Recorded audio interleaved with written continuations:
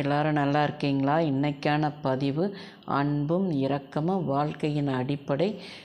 உண்மையை சொல், அது உன் மரியாதையை பாதுகாக்கும்.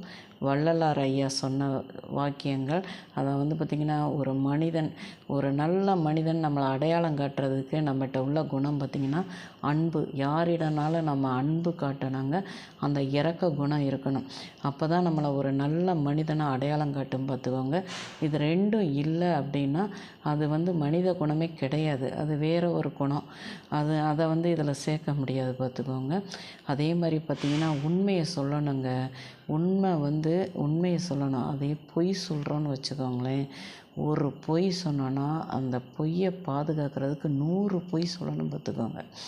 அதே ஒரு உண்மையை சொன்னோன்னு வச்சுக்கோங்களேன், அந்த உண்மை நம்மளையும் வாழ வைக்கும், அதுவும் வாழ்ந்து கொண்டே இருக்கும் பார்த்துக்கோங்க.